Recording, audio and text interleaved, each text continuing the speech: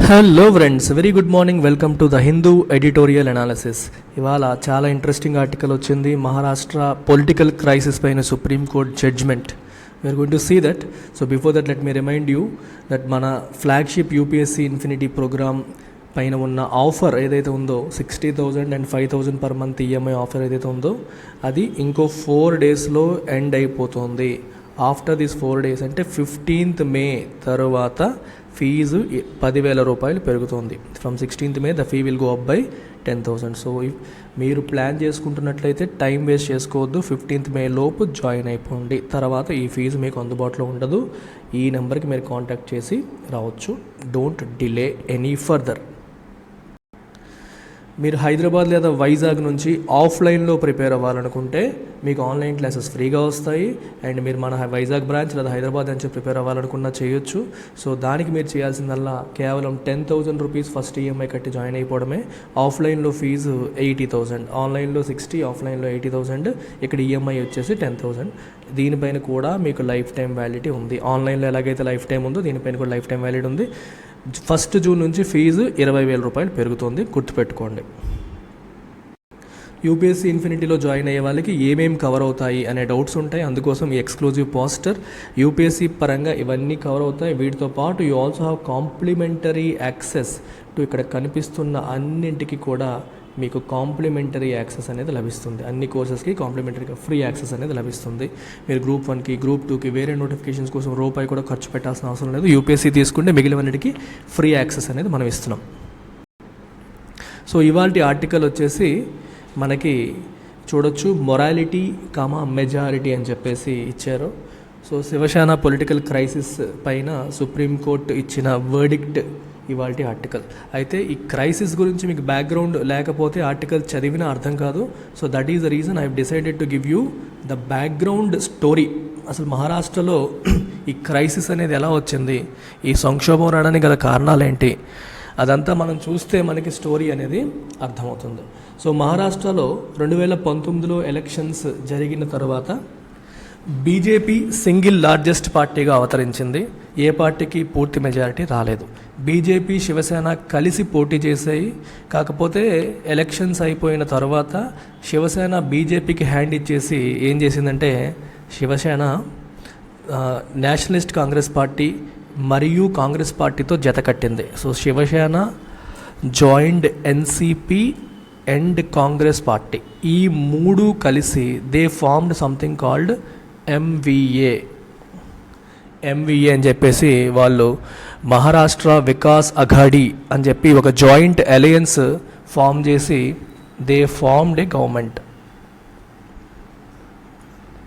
So ఈ గవర్నమెంట్లో ఎవరు చీఫ్ మినిస్టర్ అయ్యారు అంటే మనకి Shiv Sena chief Uddhav Thackeray chief minister అయ్యారు. ఇది 2019లో జరిగిన స్టోరీ. సో 2022లో 2022లో ఏం జరిగిందో చూడండి. ఇక్కడ 2022లో ఎమ్మెల్సీ ఎలక్షన్స్ జరిగాయి. మహారాష్ట్రలో ఎమ్మెల్సీ ఎలక్షన్స్ జరిగాయి. ఈ ఎమ్మెల్సీ ఎలక్షన్స్లో క్రాస్ ఓటింగ్ జరిగింది. ఎమ్మెల్సీ ఎలక్షన్స్లో క్రాస్ ఓటింగ్ జరిగిందని చెప్పేసి శివసేన చీఫ్కి అనుమానం వచ్చింది. అంటే శివసేన పార్టీలో ఉన్న వాళ్ళు శివసేన వ్యక్తులకి కాకుండా వేరే పార్టీకి అంటే బీజేపీకి వేరే వాళ్ళకి ఓట్లు వేశారని చెప్పేసి ఉద్ధవ్ ఠాకరేకి అనుమానం వచ్చింది. సో ఉద్ధవ్ ఠాకరే ఏం చేశాడు, ఈ called for an urgent meeting of the party మీటింగ్ని ఆయన ఏర్పాటు చేశారు. ఈ పర్టికులర్ మీటింగ్కి Eknath Shinde and another 11 MLAs వీళ్ళు డుమ్మా కొట్టారు. ఏక్నాథ్ షిండే అండ్ 11 ఎమ్మెల్యేస్ వీళ్ళు కూడా శివసేన వాళ్ళే. They are also part of Shiv Sena. In fact Eknath Shinde is the leader of legislature party, leader of Shiv Sena legislature party అనమాట. లెజిస్లేచర్లో తనకి లీడర్గా కూడా ఉన్నారు. ఆయన మరియు 11 మంది ఎమ్మెల్యేస్ ఈ పర్టికులర్ మీటింగ్కి డుమ్మా కొట్టారు. ఎప్పుడైతే డుమ్మా కొట్టారో మన ఉద్ధవ్ ఠాకరేకి డౌట్ వచ్చింది.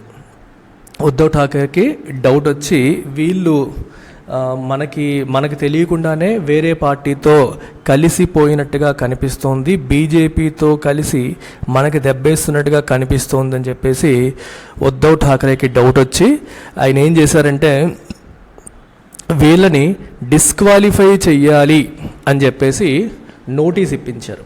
సో నెక్స్ట్ స్టెప్ ఏం జరిగిందమ్మా ఆఫ్టర్ దిస్? దీని తర్వాత ఏం జరిగిందంటే అప్పటి మహారాష్ట్ర డిప్యూటీ స్పీకర్ అప్పటికి లేరు. స్పీకర్ లేకపోవడం వల్ల deputy speaker was discharging the role of speaker. మనకి కాన్స్టిట్యూషన్లో ఆర్టికల్ 180 చెప్తుంది, when the speaker role is vacant deputy speaker shall discharge his duties అని ఆర్టికల్ 180 మనకి చెప్తుంది. సో డిప్యూటీ స్పీకర్ ఏం చేశారంటే he sent notices to these people. వీళ్ళకి నోటీసులు పంపించడం అనేది జరిగింది, రైట్? నోటీస్ ఇష్యూ చేసి సీకింగ్ డిస్క్వాలిఫికేషన్. అర్థమైపోయింది స్టోరీ. వీళ్ళు ఇక్కడ ఉంటూ వాళ్ళకి వేరే పార్టీకి సపోర్ట్ చేశారని అర్థమైపోయింది కాబట్టి యాంటీ డిఫెక్షన్ లా కింద మిమ్మల్ని ఎందుకు డిస్క్వాలిఫై చేయకూడదు అని చెప్పి వాళ్ళకి షోకాజ్ నోటీస్ అనమాట, డిస్క్వాలిఫికేషన్ నోటీసెస్ పంపించడం అనేది జరిగింది. సో ఈ నోటీసులు పంపించిన తర్వాత వీళ్ళు ఏం చేశారంటే after receiving the notices they approached apex court. సుప్రీంకోర్టుని అప్రోచ్ అయ్యారు. సుప్రీంకోర్టుని ఈ డిస్క్వాలిఫికేషన్ ప్రొసీడింగ్స్ మా మీద జరగకూడదని చెప్పేసి సుప్రీంకోర్టుకి అప్రోచ్ అయితే సుప్రీంకోర్టు ఏం చేసిందంటే it gave time to respond. ఆ నోటీస్కి రెస్పాండ్ అవ్వడానికి టైం ఇచ్చిందనమాట. ఇదే టైంలో సేమ్ ఈ గ్రూప్ వీళ్ళు ఏం చేశారంటే మళ్ళీ అదే సుప్రీంకోర్టులో ఈ స్పీకర్ని రిమూవ్ చేయాలి. సో స్పీకర్ని రిమూవ్ చేయాలని చెప్పేసి వాళ్ళు కూడా ఒక నోటీస్ ఇవ్వడం అనేది జరిగింది. అంటే ఏదో ఒక చిన్న విషయంలో తప్పు చేశారు అని చెప్పేసి డిప్యూటీ స్పీకర్ని రిమూవ్ చేయాలని చెప్పి ఒక ఫ్రివలస్ వేరే విషయంలో ఆయన పైన కూడా ఒక నోటీస్ వీళ్ళు ఒక పిటిషన్ వేయడం అనేది జరిగింది, ఒక తీర్మానం వేయడం అనేది జరిగిందనమాట. సో ఇక్కడ స్టోరీ ఎలా అయిపోయిందంటే చివరికి మనకి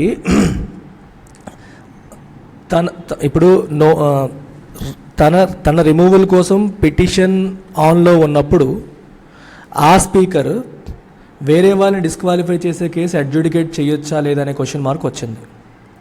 అర్థమవుతుందా? తనని రిమూవ్ చేయమని ఒక పిటిషన్ వచ్చింది, ఆ పిటిషన్ ఆయన యాక్సెప్ట్ చేయట్లేదు, డిప్యూటీ స్పీకర్ దాన్ని యాక్సెప్ట్ చేయకుండా ఆయన వేరే వాళ్ళని డిస్క్వాలిఫై చేయడానికి అడ్జుడికేట్ చేయొచ్చా లేదనే క్వశ్చన్ మార్క్ వచ్చింది.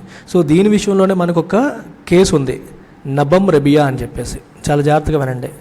నబమ్ రెబియా కేసు 2016. ఈ పర్టికులర్ కేసులో సుప్రీంకోర్టు ఏం చెప్పిందంటే ఎవరైతే స్పీకర్ రైట్ తన రిమూవల్ ఆఫ్ స్పీకర్కి ఒక నోటీస్ అనేది పెండింగ్లో ఉన్నప్పుడు same speaker should not adjudicate disqualification proceedings అని చెప్పేసి నబమ్ రెబియా కేసులో సుప్రీంకోర్టు చెప్పింది. అంటే స్పీకర్ రిమూవల్కే పిటిషన్ పెండింగ్ ఉన్నప్పుడు ఆయన వేరే వాళ్ళని డిస్క్వాలిఫై చేసే విషయంలో అడ్జుడికేషన్ చేయకూడదని చెప్పి సుప్రీంకోర్టు నబమ్ రెబియా కేసులో చెప్పింది. అయితే ఆ తర్వాత ఏం చెప్పారంటే దీన్ని లార్జర్ బెంచ్తో మళ్ళీ రీకన్సిడర్ చేయాలి. అంటే ఈ particular judgment should be reconsidered by a larger bench. అంటే స్పీకర్కి డిస్క్వాలిఫై చేసే అధికారం ఉంచాలా తీసేయాలా, అడ్జుడికేట్ చేసే అవకాశం ఉంచాలా తీసేయాలా, తన రిమూవల్కి ఒక పిటిషన్ పెండింగ్లో ఉన్నప్పుడు చేయొచ్చా చేయకూడదు అనేది ఒక లార్జర్ బెంచ్ డిసైడ్ చేయాలి అని చెప్పేసి తర్వాత సుప్రీంకోర్టు చెప్పడం జరిగింది. దీన్ని ఇంకా కన్సిడర్ చేయలేదు. తర్వాత ఏం జరుగుతుందో మనం చూద్దాం, ఆ ఆస్పెక్ట్స్ అన్ని మనం చూద్దాం. అయితే ఇదంతా పొలిటికల్ క్రైసిస్లో ఉన్న ఇష్యూస్, ఆ టైంలో ఏమున్నాయి అనేది మనం ఇక్కడ చూస్తున్నాం అనమాట. సో ఇది పరిస్థితి. సో ఈ డిప్యూటీ స్పీకర్ ఏం చేశారంటే వాళ్ళని ఈ 11 మందిని డిస్క్వాలిఫై చేయడానికి నోటీసులు పంపిస్తూ ఏక్నాథ్ షిండే ప్లేస్లో deputy speaker appointed Ajay Chaudhari as the legislative party leader కింద అపాయింట్ చేయడం అనేది జరిగింది. సో దాన్ని ఏక్నాథ్ షిండే మళ్ళీ ఛాలెంజ్ చేశారు. నేను ఉంటుండగా వేరే వాళ్ళు ఎలా చేస్తారని చెప్పి దాన్ని సుప్రీంకోర్టులో ఛాలెంజ్ చేశారు. ఇలా ఒకదాని నుంచి ఒకటి కేసెస్ నడుస్తూ వస్తున్నాయి. ఇదే టైంలో అప్పటి మహారాష్ట్ర గవర్నర్ ఎవరైతే ఉన్నారో ఆ గవర్నర్ ఆబ్వియస్గా మరి బీజేపీ అపాయింట్ చేసిన వాళ్ళే కదా, సెంట్రల్ గవర్నమెంట్ అపాయింట్ చేసిన గవర్నర్సే ఉంటారు కాబట్టి గవర్నర్ పేరేంటంటే బిఎస్ కోశ్యారి. సో ఈయన అప్పటి గవర్నర్ ఏం చేశారంటే he called for a floor test. ఇప్పుడు ఈయన ఏమంటారంటే, మీరు మీ శివసేనలో కొంతమంది ఎమ్మెల్యేలు మీతో ఇప్పుడు సపోర్టివ్గా లేరు, వాళ్ళు వేరేగా ఉన్నారు, కాబట్టి మీరు అసెంబ్లీలో ఫ్లోర్ టెస్ట్ ఫేస్ చేయాలని చెప్పేసి ఉద్ధవ్ ఠాకరేకి ఆయన నోటీస్ పంపించడం జరిగింది. ఉద్ధవ్ ఠాకరేకి ఏం చెప్పారు, మీరు మెజారిటీని ప్రూవ్ చేసుకోండి అని చెప్పేసి చెప్పడం. సో ఉద్ధవ్ ఠాకరే ఆ టైంలో ఆయన ఆలోచన ఎలా ఉంటుందంటే, ఈ 11 మంది ఎమ్మెల్యేలు మరియు ఏక్నాథ్ షిండే వేరే పార్టీతో కలిసిపోతున్నారని అర్థమైపోయింది, కాబట్టి ఇప్పుడు ఫ్లోర్ టెస్ట్ తీసుకుంటే నేను ఓడిపోతానని నాకు అర్థమైంది. ఆయన అందుకనే ఆ 11 మంది ఎమ్మెల్యేని డిస్క్వాలిఫై చేయించడానికి ప్రయత్నం చేశారు. ఎవరి ద్వారా? డిప్యూటీ స్పీకర్ ద్వారా. డిప్యూటీ స్పీకర్ అప్పటి ఎన్సీపీ పార్టీకి చెందిన వ్యక్తి అనమాట. వీళ్ళ కోalitionలో ఉన్న నేషనలిస్ట్ కాంగ్రెస్ పార్టీకి చెందిన వ్యక్తి డిప్యూటీ స్పీకర్. ఆయన్ని ఉపయోగించి వాళ్ళు డిస్క్వాలిఫై చేయించాలి అని చెప్పేసి ఉద్ధవ్ ఠాకరే ప్రయత్నం చేశారు. వాళ్ళు డిస్క్వాలిఫికేషన్ పిటిషన్కి, ఇందాక మీకు చెప్పాను కదా స్టోరీ, వాళ్ళేమో సుప్రీంకోర్టుకి వెళ్ళారు. సుప్రీంకోర్టు ఏమో వాళ్ళకి ఎక్స్టెన్షన్ ఇచ్చేసింది, టైం ఇచ్చింది రెస్పాండ్ అవ్వడానికి, నోటీస్కి రెస్పాండ్ అవ్వడానికి టైం ఇచ్చింది. సో వాళ్ళు ఇప్పుడు ఫ్లోర్ టెస్ట్ చేస్తే వాళ్ళు పార్టిసిపేట్ చేస్తారు. ఒకటి. తర్వాత ఉద్ధవ్ ఠాకరే ఇంకో ప్రయత్నం ఏం చేశారంటే, హీ అప్రోచ్డ్ సుప్రీంకోర్ట్. ఈ ఫ్లోర్ టెస్ట్ అనేది జరగకుండా, గవర్నర్ ఆర్డర్ చేసిన ఫ్లోర్ టెస్ట్ జరగకుండా ఆపించే ప్రయత్నం చేశారు ఉద్ధవ్ ఠాకరే. దానికి సుప్రీంకోర్టు ఏమో ఒప్పుకోలేదు. It allowed floor test to go on. Governor ఆర్డర్ని మనం to go on, governor order pass చేసిన తర్వాత దాన్ని ఆపడం అనేది కరెక్ట్ కాదని చెప్పేసి సుప్రీంకోర్టు ఏమో ఫ్లోర్ టెస్ట్ జరగాలి అన్నట్టుగా గవర్నర్ చెప్పిన దాన్నే సపోర్ట్ చేస్తూ వచ్చేసింది అప్పట్లో. సో 2 ప్రయత్నాలు చేశాడు ఆయన. వాళ్ళని డిస్క్వాలిఫై చేయించలేకపోయాడు, ఇంకోవైపు ఫ్లోర్ టెస్ట్ని ఆపలేకపోయాడు. So now he has only one option to face the floor test. మరి ఫ్లోర్ టెస్ట్ ఫేస్ చేస్తే నేను ఓడిపోతానేమో అనిపించేసి ఈయన ఏం చేశారంటే, హీ రిజైన్డ్. ఆయన రిజైన్ చేశాడు ఉద్ధవ్ ఠాకరే. రిజైన్ చేసిన తర్వాత ఏం జరిగింది? రిజైన్ చేసిన తర్వాత ఏక్నాథ్ షిండే, ఇంకోవైపు ఏక్నాథ్ షిండే మళ్ళీ పిక్చర్లోకి వచ్చేసాడు. So Eknath Shinde was supported by BJP సపోర్ట్తో ఏక్నాథ్ షిండే బికేమ్ సీఎం. ఆయన తన మెజారిటీని ప్రూవ్ చేసుకున్నాడు. బీజేపీ ఫుల్గా సపోర్ట్ చేసింది, మెజారిటీని ప్రూవ్ చేసుకొని ఆయన సీఎం అయిపోయారు. సీఎం అయిపోయిన తర్వాత ఈయన ఏమంటారంటే, మెజారిటీ శివసేన పార్టీలో ఉన్న మెజారిటీ ఎమ్మెల్యేస్ తన వైపు వచ్చేసారు. ఉద్ధవ్ ఠాకరే వైపు నుంచి శివసేన పార్టీలో మెజారిటీ ఎమ్మెల్యేస్ తనపై వచ్చేసారు. తర్వాత ఈయన ఏమంటారంటే, శివసేన పార్టీ నాదే అని చెప్పి మొదలుపెట్టారు. ఎందుకంటే మెజారిటీ నా వెనక ఉన్నారు, ఎమ్మెల్యేల్లో మెజారిటీ నా వైపు ఉన్నారు కాబట్టి శివసేన పార్టీయే నాది, ఉద్ధవ్ ఠాకరేది కాదు, నేనే పార్టీ అధ్యక్షుడు అని చెప్పేసి ఈయన క్లెయిమ్ చేసుకున్నారు. ఒక పక్క ఈయన శివసేన నాదంటాడు, ఒక పక్క ఆయన శివసేన నాదంటారు. ఈ కేసు మళ్ళీ ఎలక్షన్ కమిషన్కి వెళ్తే ఎలక్షన్ కమిషన్ ఆఫ్ ఇండియా వీళ్ళనే రికగ్నైజ్ చేసింది. మెజారిటీ వీళ్ళ దగ్గరే ఉన్నారు కాబట్టి మన ఏక్నాథ్ షిండే ఫ్యాక్షన్దే రియల్ శివసేన. సో శివసేన యొక్క సింబల్, నేమ్ 2 వాడుకునే అధికారం అనేది ఏక్నాథ్ షిండేకే ఉంటుందని చెప్పేసి ఎలక్షన్ కమిషన్ ఆఫ్ ఇండియా చెప్పింది. అర్థమవుతుందా మీకు? సో ఉద్ధవ్ ఠాకరే చివరికి తన సీఎం పదవిని కోల్పోయారు, తన పార్టీ సింబల్ని కోల్పోయారు, పార్టీ నేమ్ని కోల్పోయారు. ఇది ఆయన పరిస్థితి.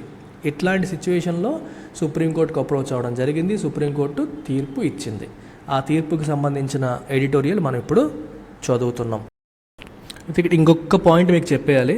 ఇందాక నబమ్ రెబియా కేసు గురించి చెప్పాను కదా. నబమ్ రెబియా కేసులో సుప్రీంకోర్టు ఏం చెప్పిందంటే, speaker who himself is facing removal petition face చేస్తున్న స్పీకర్ డిస్క్వాలిఫికేషన్ కేసుని అడ్జుడికేట్ చేయకూడదు, డిస్క్వాలిఫికేషన్ సిచ్యువేషన్ని అడ్జుడికేట్ చేయకూడదని నబమ్ రెబియా కేసులో చెప్పింది. కాకపోతే it should be reconsidered by a larger bench అని చెప్పారు. కానీ ఇప్పుడు ఇచ్చిన జడ్జిమెంట్తో తేల్చారంటే ఇప్పుడు కూడా తేల్చలేదు. ఇప్పుడు ఏం చెప్పారంటే 7 జడ్జిల సుప్రీంకోర్టు బెంచ్ ఏర్పాటు చేసి ఈ పర్టికులర్ ఇష్యూని హ్యాండిల్ చేయాలి. అంటే రిమూవల్ని ఫేస్ చేస్తున్న స్పీకర్ డిస్క్వాలిఫికేషన్ అడ్జుడికేట్ చేయవచ్చా లేదా అనేది 7 జడ్జిల ధర్మాసనం డిక్లేర్ చేస్తుందని చెప్పేసి చెప్పారు. సో ఇప్పుడు వీళ్ళు ఆన్సర్ ఇవ్వలేదు దీనికి. ఇప్పుడు ఇచ్చిన తీర్పు 5 జడ్జిల ధర్మాసనం.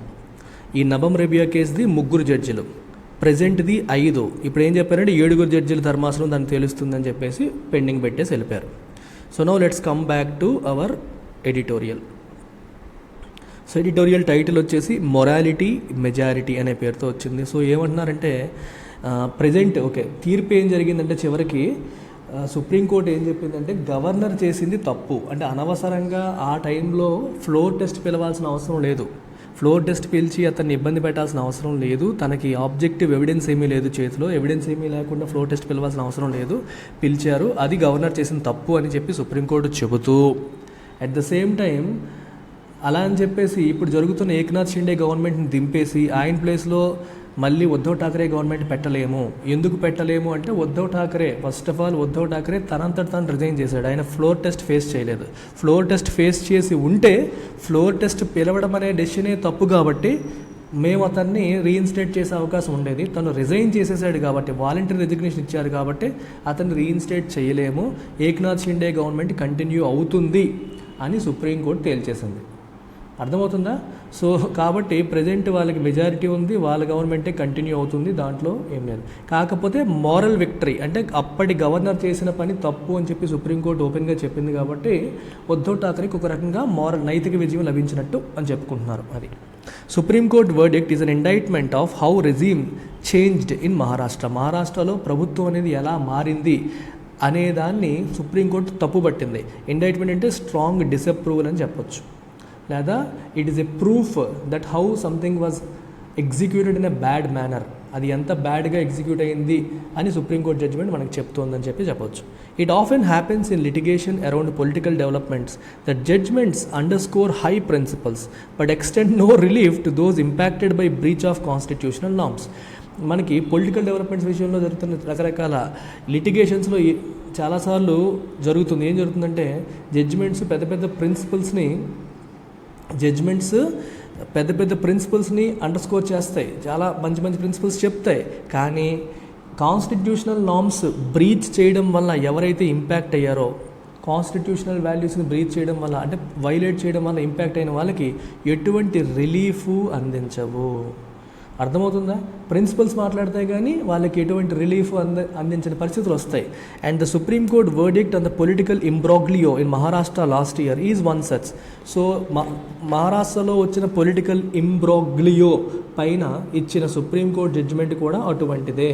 అంటే నైతికంగా ఉద్ధవ్ ఠాకరే చేసింది కరెక్ట్, వాళ్ళు అన్యాయం అయిపోయారని చెప్పినప్పటికీ లీగల్గా వారికి ఏ రకమైన హెల్ప్ సుప్రీంకోర్టు చేయలేకపోయింది. సో ఇంబ్రాగ్లియో అంటే ఎన్ extremely complicated situation, embarrassing complicated situation అని చెప్పి అంటాం. ఈ సిచ్యువేషన్ ఏంటంటే మీకు ఆల్రెడీ చెప్పాను ఏమేమి జరిగాయని. It is an indictment of the manner in which regime change was achieved. Regime change అంటే ప్రభుత్వం యొక్క మార్పు ఏ రకంగా జరిగింది అనేదాన్ని సుప్రీంకోర్టు స్ట్రాంగ్గా తప్పుపట్టింది. That was clear.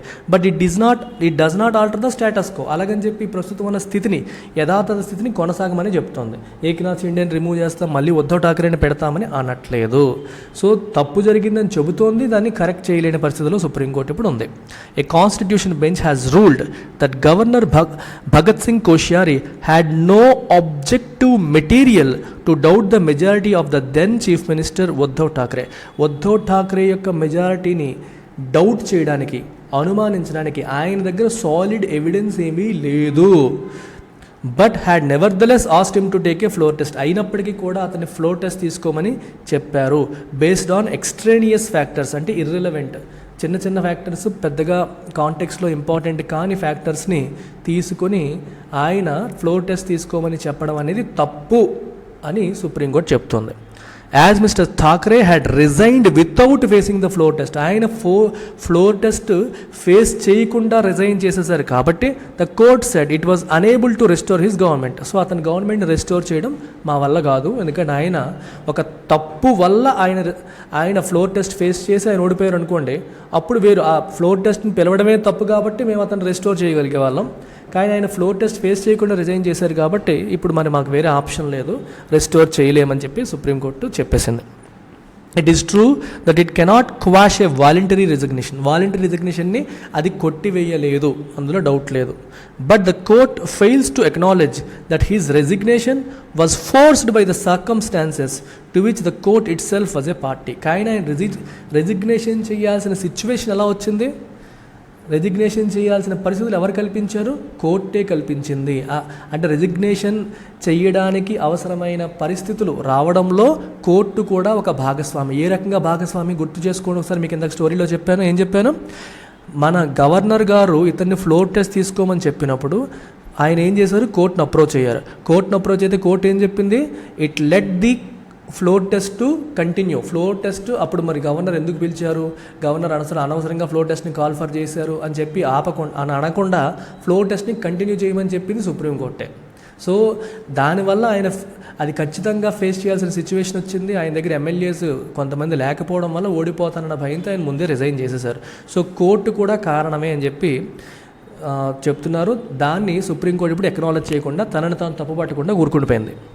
On the eve of the floor test the supreme court bench allowed it to go on. Floor test రోజు supreme court it allowed it to go on, అది జరగాలన్నట్టుగా చెప్పేసింది.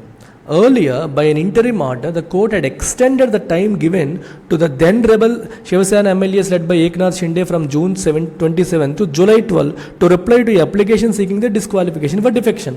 ఇది ఆల్రెడీ మీకు చెప్పాను. ఏక్నాథ్ షిండే బెంచ్ ఈ గ్రూప్ వాళ్ళందరికీ కూడా డిఫెక్షన్, యాంటీ డిఫెక్షన్ లా కింద వాళ్ళు ఎందుకు డిస్క్వాలిఫై చేయకూడదని చెప్పేసి నోటీసెస్ డిప్యూటీ స్పీకర్ ఇస్తే ఆ నోటీసులకి రెస్పాండ్ అవ్వడానికి మాకు ఎక్స్ట్రా టైం కావాలని చెప్పి వీళ్ళు సుప్రీంకోర్టుని అడిగితే సుప్రీంకోర్టు వాళ్ళకి టైం ఎక్స్టెండ్ చేసింది. June 27 నుంచి July 12 వరకు మీకు టైం ఇస్తున్నాం, ఈ లోపు మీరు రెస్పాండ్ అవ్వచ్చు అని చెప్పింది. అంటే రెస్పాన్స్ అయ్యి ప్రొసీజర్ పూర్తయ్యే లోపు వాళ్ళు ఇంకా ఎమ్మెల్యేలుగానే కొనసాగుతారు. ఈ లోపు ఫ్లోర్ టెస్ట్ జరిగితే వాళ్ళు శివసేన అప్పటి చీఫ్ మినిస్టర్ ఉద్ధవ్ ఠాకరేకి వ్యతిరేకంగా ఓటు వేస్తారు, ఆయన దిగిపోయే పరిస్థితి వస్తుంది. అలాంటి సిచ్యువేషన్ క్రియేట్ అవ్వడానికి సుప్రీంకోర్టు కారణమైంది. ఒకటి, ఫ్లోర్ టెస్ట్ కంటిన్యూ అవ్వమని చెప్పింది. రెండోది, ఈ డిస్క్వాలిఫికేషన్ పిటిషన్ వాళ్ళు వెంటనే రెస్పాండ్ అవ్వకుండా వాళ్ళకి టైం ఎక్స్టెండ్ చేసింది. రెండు రకాలుగా 2 కేసుల్లో సుప్రీంకోర్టు ఇచ్చిన తీర్పులే ఉద్ధవ్ ఠాకరే ఆ రోజు సఫర్ అవ్వడానికి కారణమయ్యాయి అని చెప్తున్నారు. The order gave ample time to the dissidents. ఈ ప్రొటెస్టర్స్, డిసిడెంట్స్, నిరసనకారులు ఎవరైతే ఉన్నారో, ఏక్నాథ్ షిండే క్యాంప్లో ఉన్న వాళ్ళు ఎవరైతే ఉన్నారో వాళ్ళకి కావాల్సినంత టైం ఇచ్చింది. Along with the BJP to execute political manoeuvres without the threat of disqualification from the house. Disqualification threat లేకుండా వాళ్ళు ఏదైతే రాజకీయంగా చేయాలనుకున్నారో అవన్నీ చేయడానికి కావాల్సినంత టైం లభించేసింది because of supreme court judgments. In effect ఫైనల్గా the 2 court orders help the toppling of the regime. అప్పుడు ఇచ్చిన 2 సుప్రీంకోర్టు ఆర్డర్సే ఆ ప్రభుత్వం కూలిపోవడానికి సహాయపడ్డాయి. A fact that the final verdict fails to acknowledge. ఇప్పుడు ఇస్తున్న తీర్పులో దాని గురించి సుప్రీంకోర్టు అసలు ఒక్క మాట కూడా అనలేదు. అంటే మేము తీసుకున్న నిర్ణయాలు కూడా దీనికి కారణం అనే విషయాన్ని సుప్రీంకోర్టు ఎక్నాలెడ్జ్ చేయలేదు, ఇప్పుడు ఎక్నాలెడ్జ్ చేయలేదని చెప్తున్నారు. The Thackeray faction lost in the numbers game. ఈ నెంబర్ గేమ్లో ఉద్ధవ్ ఠాక్రే ఫ్యాక్షన్ గ్రూపు ఓడిపోయింది. A game in which time is of the essence. ఏది ఇంపార్టెంట్ ఇక్కడ, time. For both rulers who need to protect their flock. వాళ్ళ గ్రూప్ని కాపాడుకోవడానికి టైం అనేది చాలా important factor. And dissidents who need to rope in enough defectors. Dissidents ఏం చేయాలి, ఇంకా ఎక్కువ మంది డిఫెక్టర్స్ని తెచ్చుకోవాలి. డిఫెక్టర్స్ని తెచ్చుకోవాలి, వీళ్ళు వాళ్ళ గ్రూప్ని కాపాడుకోవాలి. సో టైం, వాళ్ళకి ఎంత టైం లభిస్తే వాళ్ళకి ఎంత బెటర్, ఇతనికి ఎంత తొందరగా అయిపోతే ఈయనకి అంత బెటర్, అది పరిస్థితి. Besides cautioning governors against treating internal problems of a ruling party as a possible loss of majority. ఒక పార్టీ ఇంటర్నల్ వ్యవహారాలు ఏమైనా గొడవలు ఉంటే దాన్ని పాసిబుల్ లాస్ ఆఫ్ మెజారిటీ కింద ట్రీట్ చేయొద్దు అని గవర్నర్కి కాషన్ చేస్తుంది సుప్రీంకోర్టు. ఇప్పుడు the court has also clarified that whips and leaders of the party in the house are to be appointed by the political party and not the legislature party. అంటే party యొక్క whip అంటే అర్థం ఏంటంటే మనకి అసెంబ్లీలో లేదా పార్లమెంట్లో ఏదన్నా విషయంలో ఓటింగ్ చేసేటప్పుడు పార్టీ స్టాండ్ ఇది, మీరు ఎలా ఓటు వేయండి అని అఫీషియల్గా ఆర్డర్ పాస్ చేసే వ్యక్తిని విప్ అంటారు. ఎవరైతే విప్ పాస్ చేసిన ఆర్డర్ని ఫాలో అవ్వరో he is liable for defection. అంటే ఫర్ ఎగ్జాంపుల్ ఇప్పుడు సేమ్ సెక్స్ మ్యారేజ్ గురించి పార్లమెంట్లో ఒక డిబేట్ పెట్టారు, తర్వాత చట్టం చేసి ఓటింగ్ చేయమన్నారు అనుకోండి. పార్టీ ఏమో సేమ్ సెక్స్ మ్యారేజ్కి ఆపోజిట్గా మీరు ఓటు వేయాలని చెప్పి విప్ జారీ చేసింది, విప్ ద్వారా ఆర్డర్ పాస్ చేసింది. అప్పుడు పార్టీ ఎంపీ దాన్ని ఫాలో అవ్వాలి. ఫాలో అవ్వకుండా ఆయన దాన్ని సపోర్ట్ చేస్తూ చేశారనుకోండి, అతన్ని డిస్క్వాలిఫై చేసే అధికారం వచ్చేస్తుంది. యాంటీ డిఫెక్షన్ లా కింద అతను డిస్క్వాలిఫై చేయవచ్చు. ఇది పాయింట్. అయితే ఈ విప్ని, లీడర్ ఆఫ్ ది పార్టీని ఎవరు అపాయింట్ చేస్తారంటే పొలిటికల్ పార్టీ అపాయింట్ చేస్తుంది, నాట్ ద లెజిస్లేచర్ పార్టీ. అంటే ఆ పార్టీ, లెజిస్లేచర్ పార్టీ అంటే ఆ పార్టీలో ఉన్న లెజిస్లేటర్స్ అందరు ఉన్న భాగం legislature party. Total party political party. The right will be with the political party, not with the legislature party అని చెప్పేసి కోర్టు క్లారిఫై చేసింది. This has a bearing on whose whip is binding on the legislators. అప్పుడు legislature party issue చేసిన విప్ని follow అవ్వాలా లేదా political party విప్ని follow అవ్వాలంటే పొలిటికల్ పార్టీ అంటే మెయిన్ పార్టీ ఇప్పుడు అర్థమవుతుందా మీకు? ఒక పార్టీలో ఉన్న లెజిస్లేచర్లో ఉన్న కొంతమంది వేరేగా గ్రూప్ ఫామ్ అయిపోయారు. సో వాళ్ళు ఫామ్ చేసేది ఇక్కడ పనికిరాదు, ఒరిజినల్ పార్టీ జారీ చేసిన విప్పే పనిచేస్తుందని చెప్పి సుప్రీంకోర్టు తేల్చేసింది. It has also decided that the judgment in Nabam Rebia, మీకు ఆల్రెడీ చెప్పాను, case holding that the speaker who is facing notice for removal from the office should not adjudicate a disqualification matter under the anti-defection law should be reconsidered by a larger bench. Already చెప్పాను. నబమ్ రెబియా కేసులో ఏం చెప్పారంటే, speaker notice for removal face చేస్తున్న speaker ఎవరైతే ఉన్నారో ఆయన disqualification మ్యాటర్ని adjudicate చెయ్యకూడదు అని నబమ్ రెబియా కేసులో సుప్రీంకోర్టు చెప్పింది. అయితే ఆ పర్టికులర్ థింగ్ కేసుని ఒక లార్జర్ బెంచ్తో మళ్ళీ రీకన్సిడర్ చెయ్యాలి అని ఇప్పుడు ఈ జడ్జిమెంట్లో చెప్పడం జరిగింది. 7 జడ్జిల ధర్మాసనంతో మళ్ళీ రీకన్సిడర్ చేయాలని చెప్పారు. This is welcome. ఎస్, ఇది ఆహ్వానించదగ్గదే. As legislators who have incurred disqualification should not be allowed to use a frivolous petition to remove the speaker to ward off their own disqualification. చాలా ఇంట్రెస్టింగ్ స్టోరీ ఇది. ఇది ఏమవుతుందంటే చూడండి, ఒక bunch of MLAs ఉన్నారు. ఎలా జరుగుతుందో స్టోరీ చూడండి. ఈ బంచ్ ఆఫ్ ఎమ్మెల్యేస్ ఉన్నారు and there is a speaker here. So speaker sent disqualification notices to these people. వీళ్ళకి డిస్క్వాలిఫికేషన్ నోటీసెస్ పంపించారు based on anti defection law. In turn వీళ్ళేం చేశారంటే, they sent a notice to speaker for removal.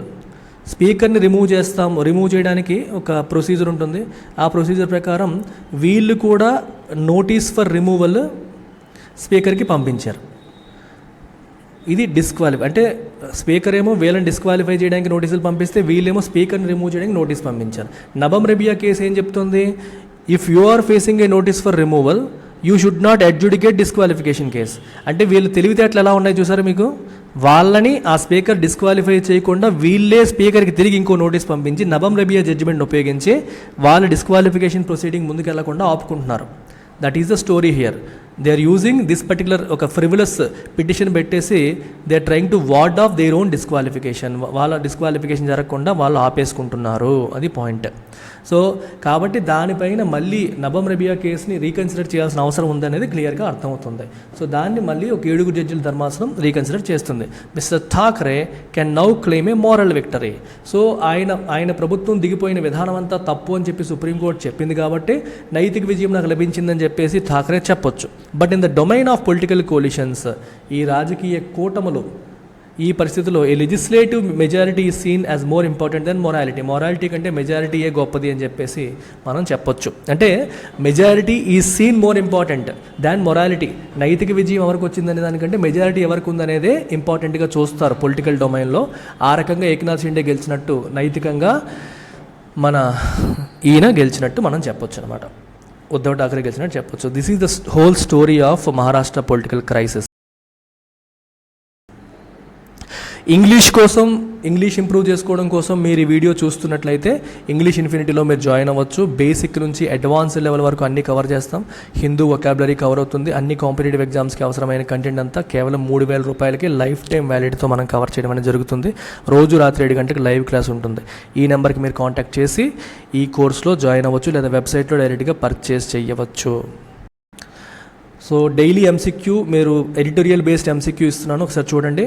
Today's MCQ, model MCQ for UPSC prelims. Identify correct statements అని చెప్పి అడిగాను. Article 180 allows deputy speaker to perform the duties of speaker while the office of speaker is vacant. Speaker office వేకెంట్గా ఉన్నప్పుడు ఆయన డ్యూటీని deputy speaker perform చేయొచ్చు అని article 180 చెప్తుంది. కరెక్టా తప్ప? రెండోది, నబమ్ రెబియా జడ్జిమెంట్లో సుప్రీంకోర్టు ఏం చెప్పిందంటే, speaker who is facing notice for his removal should not adjudicate disqualification matter under anti defection law అని చెప్తుంది. తన రిమూవల్కి నోటీస్ ఫేస్ చేస్తున్న స్పీకరు డిస్క్వాలిఫికేషన్ మ్యాటర్ని అడ్జుడికేట్ చేయకూడదని నబమ్ రెబియా కేసులో సుప్రీంకోర్టు చెప్పింది. రెండింట్లో ఏ స్టేట్మెంట్ కరెక్ట్? 2 కరెక్ట్ అయితే సి పెట్టండి, 2 తప్పు అయితే డి పెట్టండి, ఏదో ఒకటి కరెక్ట్ అయితే ఏఆర్బి పెట్టండి. కామెంట్ సెక్షన్లో మీ ఆప్షన్ పెట్టండి. Take care, bye.